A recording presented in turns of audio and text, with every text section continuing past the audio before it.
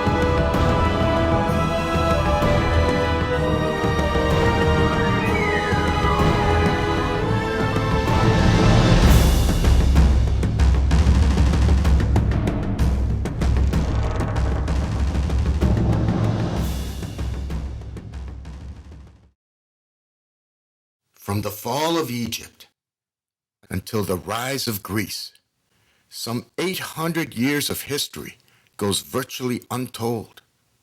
But during this historical blackout, one empire, the Achaemenid Empire, better known as the Persian Empire, ruled the world for 220 years, from the Mediterranean Sea to India. Yet today, all that's known about the Persian Empire is told through the lens of our arch enemy, Greece.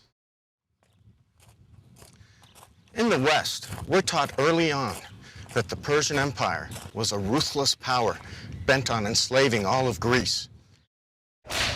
It's a narrative that's reinforced by blockbuster Hollywood movies like 300 and Alexander. But just how accurate is this version of history? Wrong and inaccurate, absolutely. You cannot call Persians tyrants or slave drivers or anything like that. You could easily call Greeks tyrants and slave drivers, but not the Persians. In fact, the Persian Empire was one of the few empires in history to never practice slavery. As far as we could determine from the evidence of a number of cuneiform tablets from Persepolis, there was no form of slavery. Rather, there was paid workers that they had, but there's no evidence whatsoever that they had a forced slave labor. Not only did the Persians not practice slavery, they often freed the slaves of the countries that they conquered. Persian society was definitely not a slave-driving society. Frequently, they liberated countries, not enslaved them. The freedoms that Persian kings afforded their subjects made them popular the world over. In fact, for as long as the West was ruled by kings, the monarchy of Achaemenid Persia stood as the gold standard by which Western kings were judged. In the West, in the centuries before the establishment of what I suppose you could call the democratic revolution, a period when monarchy was almost taken for granted by most Western states, Persian kingship provided an obvious model. Persia's monarchy served as a model to Western rulers from the time of Alexander to even America's founding fathers. Western leaders learned about Persia's unique monarchy through a series of books written by an ancient Greek author named Xenophon. Xenophon's works, particularly the memorabilia of Socrates and the Cyropaedia, were considered to be necessary reading for any educated human being in the 18th century. This would have been true in Europe as well as in America. Ben Franklin was a great reader of Xenophon. But Benjamin Franklin wasn't the only American founder who read Xenophon. Here at the Library of Congress in Washington, D.C., we find Thomas Jefferson's personal copies of Xenophon's Cyropaedia. In 2004, during our research for this film, we discovered at least 5 copies of Xenophon's Cyropaedia at the Library of Congress, 2 of which belonged to Thomas Jefferson, one written in Latin and the other in Greek, 2 languages he was proficient in. Among the founders, most of them would have been familiar with the works of Xenophon. Madison, when preparing for the Federal Convention, took the time, and it was an extraordinary amount of time, to do a review of all ancient history, looking for examples of failures and successes that could perhaps cast light on America's new situation. The Persian monarchy was praised not just by Xenophon, but by another book that the West was very familiar with, the Bible. 100 years ago and even more, the Europeans and the Americans were much more conscious of the Persian Empire than they are today, because those people, they knew their Bible, they knew their Xenophon. The Persian monarchy is regarded very positively throughout the 17th and 18th centuries. And it's regarded positively because if you read your Xenophon, you will read in that of a great and wise king who is the very model of enlightened statecraft. And if you read your Old Testament, you will read about the same king who is cast in it as the servant of God, as the anointed one, as the Christos, if you like, the Christ. So this is a very, very positive image. But then, at the beginning of the 19th century, that positive perspective starts to change. The Persian Empire has this very dark image in the West today only because Persia was the historical enemy of ancient Greece. In the 19th century, Persia's Achaemenid Empire went from role model to evil villain virtually overnight because of a movement that swept across the Western world, known as Philhellenism, which roughly translates into a love for everything Greek. This was a time when the notion that had provided a measure of unity to Europeans, the notion of Christendom, that they all belonged to a single Christian entity, was starting to be fragmented by the Reformation and by the wars of religion. And so this was a time when scholars first started to look back to Greece. Spearheading the Philhellenic movement was a group of Western artists and intellectuals known as the Romantics. In the Romantic period in the 19th century, people are trying to glorify the achievements of ancient Greece. What the Romantics admired more than anything else was the ancient democracy of Athens, Greece. It's really only in the 19th century, with an emphasis on the power of the people, the demos, that attention starts to shift to Athens and the great democratic experiment that Athens in the 5th century launched. As more Western countries switched to democratic governments, the more the Romantic movement grew. It was the Romantics who single-handedly changed the Western identity from a Christian one to the new democratic identity the West enjoys today. And rather than identifying themselves with the Crusaders, who of course had been going off and fighting Islam, now they started identifying themselves with the Greeks who had seen off the Persians. And so rather than identifying themselves with wars of aggression, they started identifying themselves with wars of defense, rather than identifying themselves with wars of religious self-certitude. They started identifying themselves with the notion that they were embodiments of liberty. But only the Romantics could have sold the democracy of ancient Greece as a bastion of liberty. And that's a very radical change, because until that point, Athenian democracy, even among those who had admired the cultural achievements of Athens, had been regarded in a very negative light. It's really only with the coming of mass democracy, mass enfranchisement, that Athenian democracy starts to be enshrined as the ideal. Athenian democracy was used to claim democracy itself as a Western invention. The Romantics declared themselves the rightful heirs of a long tradition of democracies that dated back to Athens, Greece. It was a connection that the founders of American democracy were never willing to make. After all, Americans, at least in an earlier time, were never big fans of Athenian democracy. The founders were familiar with Athens' democracy and found it wanting quite severely. In fact, if Athens had been the only democracy, they all make it quite clear democracy would have been the worst of all possible choices for the new republic. As the new birthplace of democracy, Athens became hallowed ground. But in the 19th century, Athens, Greece belonged to the Ottoman Empire. For the Romantics, this was unacceptable. So they not only financed the Greek War of Independence, in 1823, the British Romantic Lord Byron famously gave his life to liberate Greece from Turkish rule. And this is the subject of numerous romantic effusions from political idealists and, of course, particularly poets. And the most famous one is Byron, who actually dies in the cause of Greek freedom.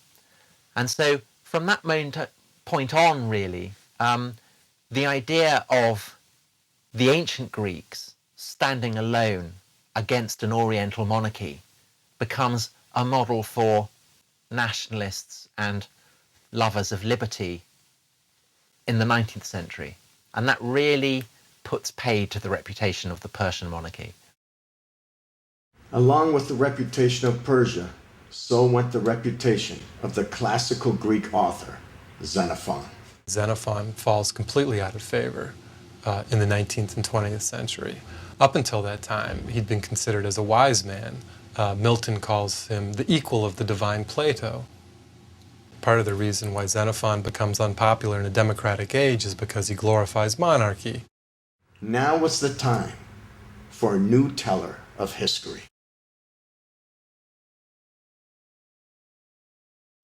A new democratic West needed a new Greek source that glorified democracy, not monarchy.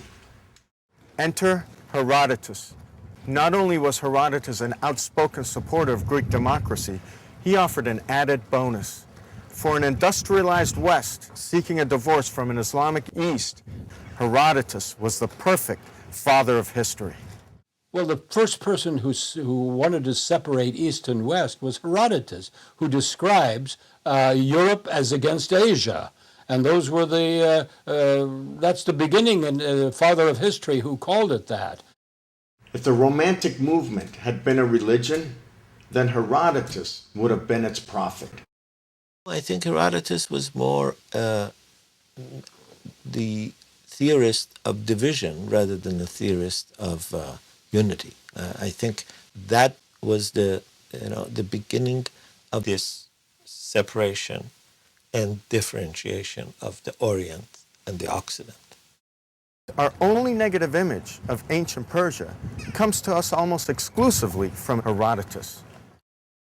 It was Herodotus who tells us how the Persian king Xerxes was intent on enslaving all the Greeks. In his book called The Histories, Herodotus claims that 300 Greek Spartans saved Greek democracy from 5 million invading Persians. It is this story, known as the Battle of Thermopylae, that movies like 300 and books like Gates of Fire are based on. Today, Herodotus' Battle of Thermopylae has become nothing less than the creation myth of a new democratic West. It's so powerful a notion that the world can be divided into two halves, that it has remained a sort of part of the primal myth of European consciousness. Herodotus has left us with invaluable information, but is his portrayal of a Persian monarchy out to enslave a Greek democracy accurate? No one can answer this question better than Herodotus himself. He was, after all, a Greek who was born in Halicarnassus in today's Turkey. But when Herodotus was born, Halicarnassus belonged to the same Achaemenid Empire that he accuses of enslaving Greeks.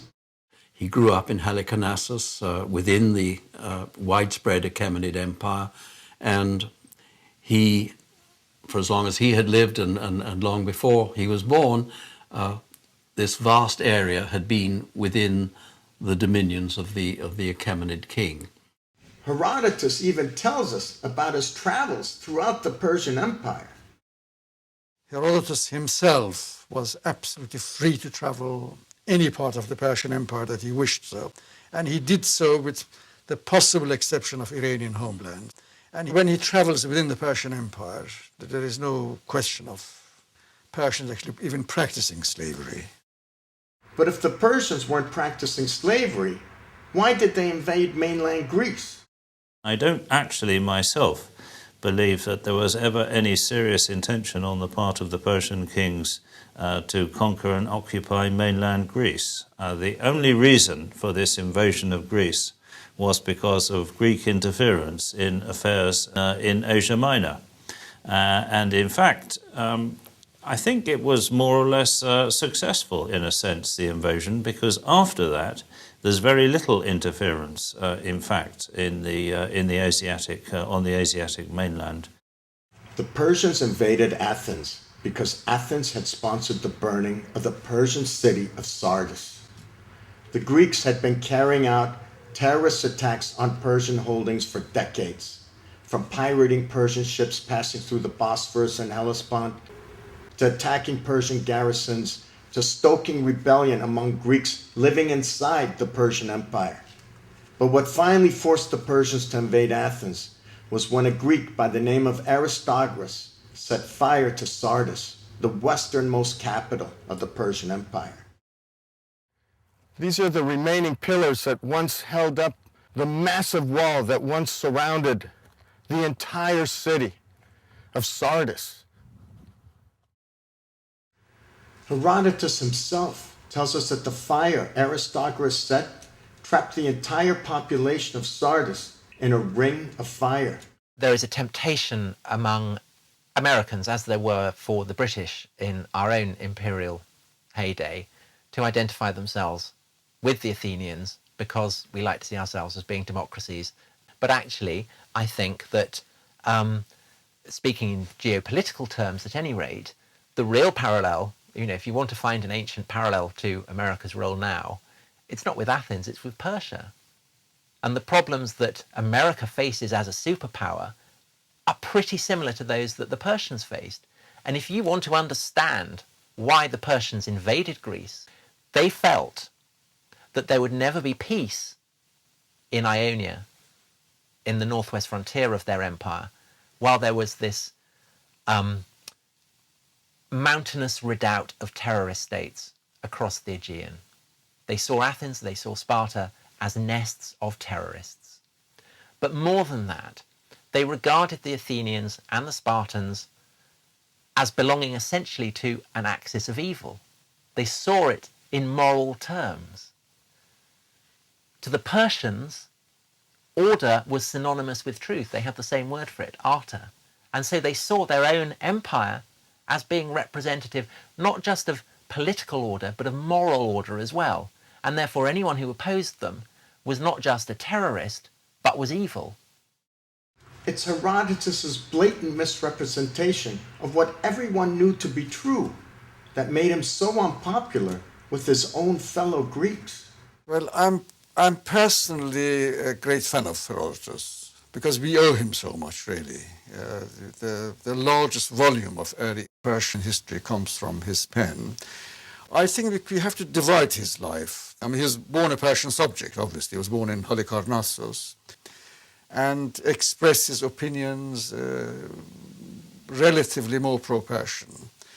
Once he moved to Athens, of course, he was in this atmosphere of anti-Persian. And certainly his latter end of his book becomes sometimes ridiculously anti-Persian because there is a concept of 7 million Persians attacking sort of few thousand Greeks. This is ludicrous. He made a fool of himself. As a result of that, there was certain European antipathy towards Herodotus. In fact, Herodotus suddenly becomes far more popular in the 19th century West than he ever was among his own contemporaries. Herodotus's popularity was certainly waned in the early modern period, largely because he was considered to be not the father of history that Cicero called him, but the father of lies, which is more of what Aristotle seemed to imply about him. And Thucydides, he didn't write objective history. Herodotus lost the respect of his Athenian contemporaries, not because he vilified Persia, but because he glorified Athenian democracy.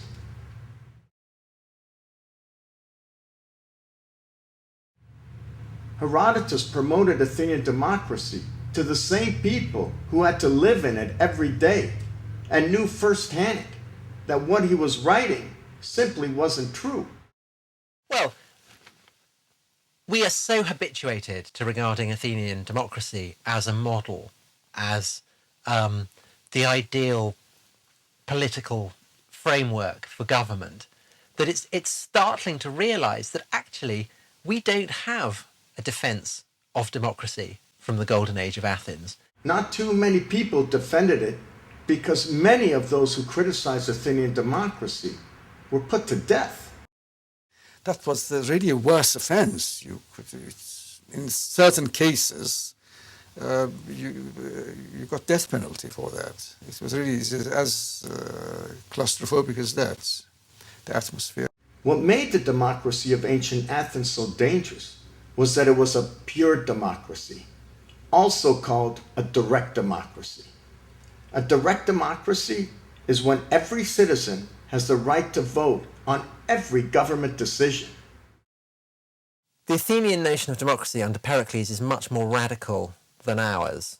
In Athens, under Pericles, the system was much more direct. Every citizen had a direct input into the way that the city was run.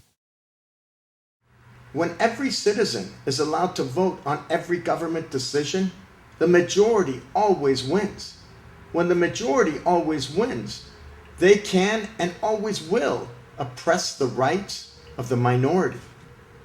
It is a natural consequence of democracy, which John Adams, one of America's founders, referred to as the tyranny of the majority.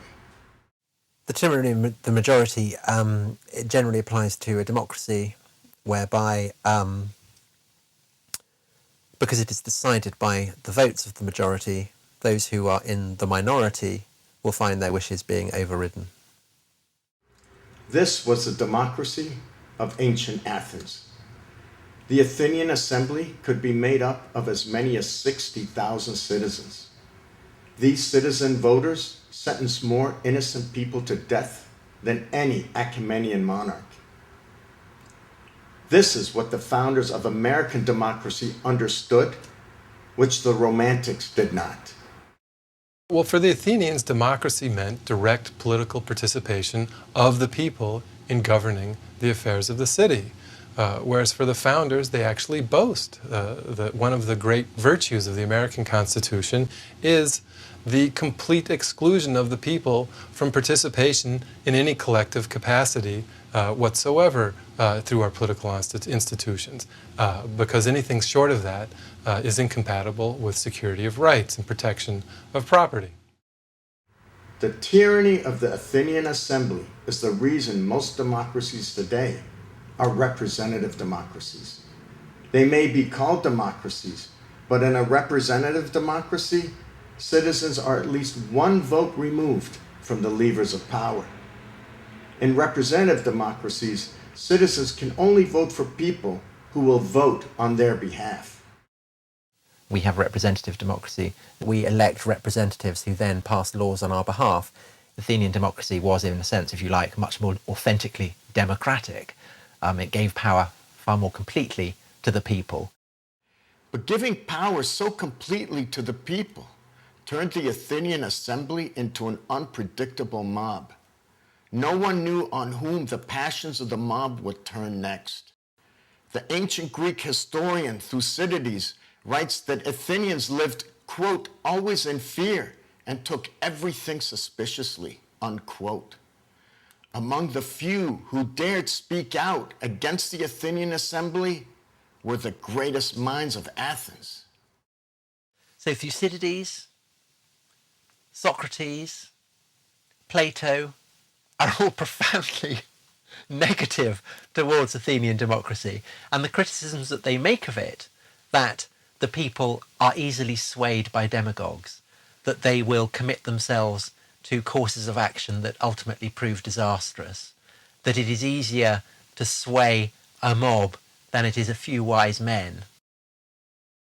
Both Socrates and Thucydides were sentenced to death by the Democratic Assembly of ancient Athens. For the founders of modern-day democracy, ancient Athens served only as an example of what not to do.